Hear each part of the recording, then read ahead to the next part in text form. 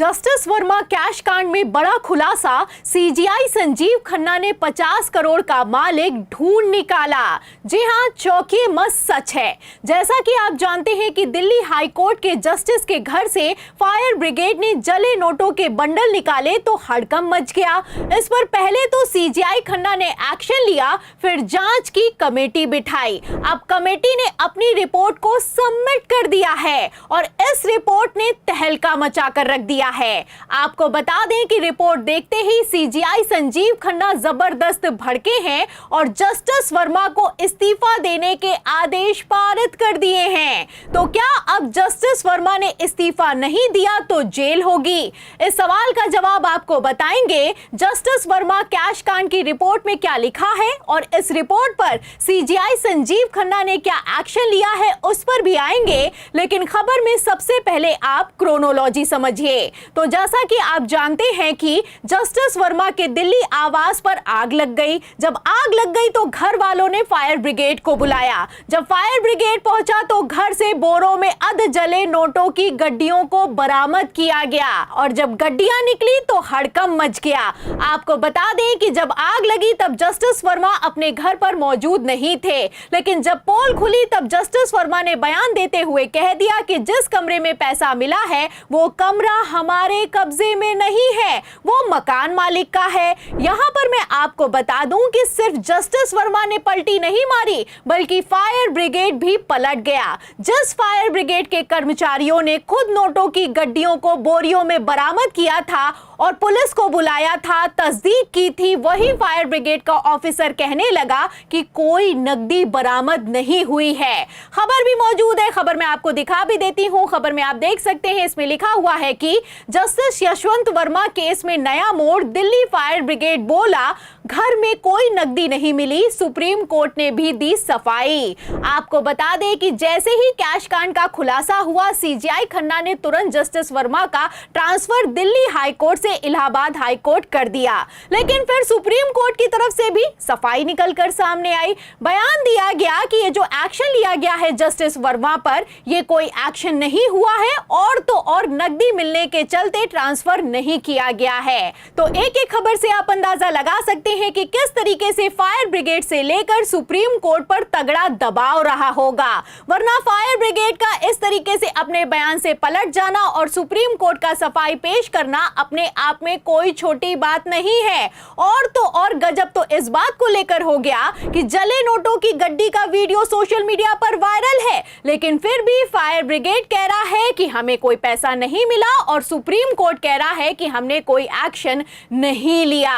फिलहाल जिस तरीके से पलटी मारी गई थी, ये अपने आप में कोई छोटी बात नहीं है। खेल समझिए, पहले तो फायर ब्रिगेड बोला पैसा मिला, फिर बोला नहीं मिला। तब तक जस्टिस वर्मा ने सफाई में कह दिया कि जिस कमरे में पैसा मिला वो कमरा हमारे एक्सेस में नहीं है, वो मकान मालिक का है। फिलहाल अब ये जो खेल चल रहा था, ये पूरा का पूरा खेला एक्सपोज हो चुका है। जस्टिस वर्मा कैश कांड की रिपोर्ट सीजीआई खन्ना के पास पहुंच चुकी है, मालिक भी मिल गया है और नकदी मिलने की पुष्टि भी हो गई है। और तो और मैं आपको बता दूं, जाते जाते सीजीआई संजीव खन्ना ने तगड़ा एक्शन भी ले लिया है और यही खबर का मेन पॉइंट है। तो क्या बिग ब्रेकिंग निकलकर सामने आई है? खबर आप देखिए हिंदुस्तान की। देखिए, इस खबर में लिखा हुआ है कि जस्टिस वर्मा के घर नकदी मिलने की पुष्टि, दे सकते हैं इस्तीफा। तो सुप्रीम कोर्ट द्वारा गठित की गई 3 जजों की कमेटी ने पुष्टि कर दी है कि जस्टिस वर्मा के घर नकदी मिली है। अब जस्टिस वर्मा के घर नकदी मिली है तो जाहिर सी बात है कि मालिक भी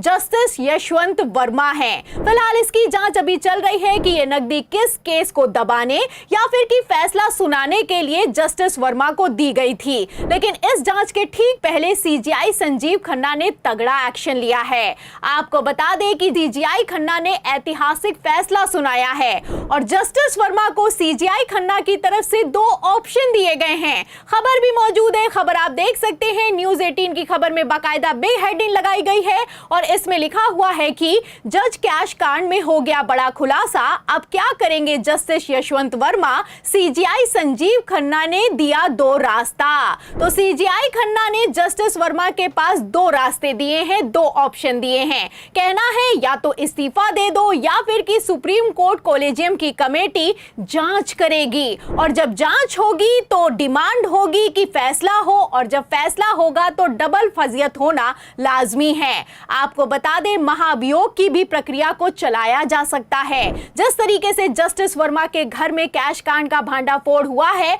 ये अपने आप में बहुत बड़ी बात है। फिलहाल क्या होगा क्या नहीं होगा, ये सीजीआई खन्ना के 13 मई के रिटायरमेंट से ठीक पहले साफ हो जाएगा। लेकिन सीजीआई खन्ना ने कैसे जाते जाते पूरे सिस्टम को ऊपर से नीचे तक रिपोर्ट तलब करके हिला दिया है, आप इस खबर से अंदाजा लगा सकते हैं। आपको बता दें कि सुप्रीम कोर्ट को हद याद दिलाने वाले उपराष्ट्रपति जगदीप धनखड़ की भी बोलती बंद हो गई है। जैसा कि आप जानते हैं कि वक्फ पर लगी अंतरिम रोक के बाद भड़के उपराष्ट्रपति जगदीप धनखड़ ने कह दिया था कि जस्टिस वर्मा के घर से कैश मिलने पर एफआईआर क्यों नहीं हुई, क्या ये माफी के लायक है। और तो और धनखड़ का कहना था कि सुप्रीम कोर्ट खुद के सिस्टम को सही नहीं करता और ना जाने किस हक से राष्ट्रपति की समय सीमा को निर्धारित किया गया है। फिलहाल सुप्रीम कोर्ट अपने हक के दायरे में काम करता है और सुप्रीम कोर्ट ने एक बार फिर से कमाल करके दिखाया है। एक तरफ जहां राष्ट्रपति को संविधान का पाठ पढ़ाया है, वहीं दूसरी तरफ जस्टिस वर्मा केस का भी भांडाफोड़ हो चुका है। और इतना ही नहीं, chief justice of India Sanjeev Khanna ने तो रिटायरमेंट से ठीक पहले वो करके दिखाया है जो कि भारत के इतिहास में पहले कभी नहीं हुआ।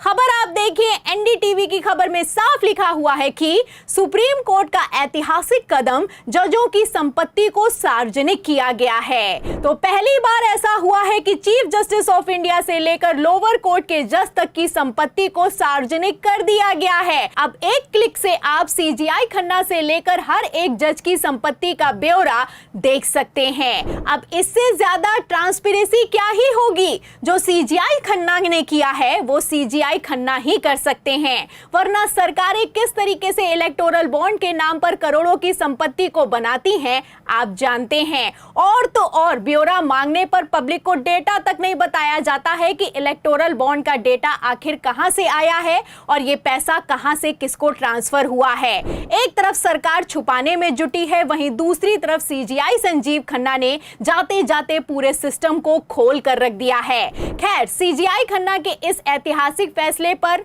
और जस्टिस वर्मा पर लिए गए एक्शन पर आपको क्या लगता है? चंद्रचूड़ के कार्यकाल से सीजीआई संजीव खन्ना का कार्यकाल कितना अलग है? जो भी आप सोचते हैं हमें कमेंट बॉक्स में जरूर लिखें। वीडियो को ज्यादा से ज्यादा शेयर करें ताकि सच्चाई दूसरों तक पहुंच सके। और हाँ, 4 PM यूपी को ज्यादा से ज्यादा सब्सक्राइब करें ताकि पहले की तरह हमारी खबरें आपको लगातार मिलती रहें। फिर मिलती हूं अगली खबर के साथ, तब तक के लिए धन्यवाद।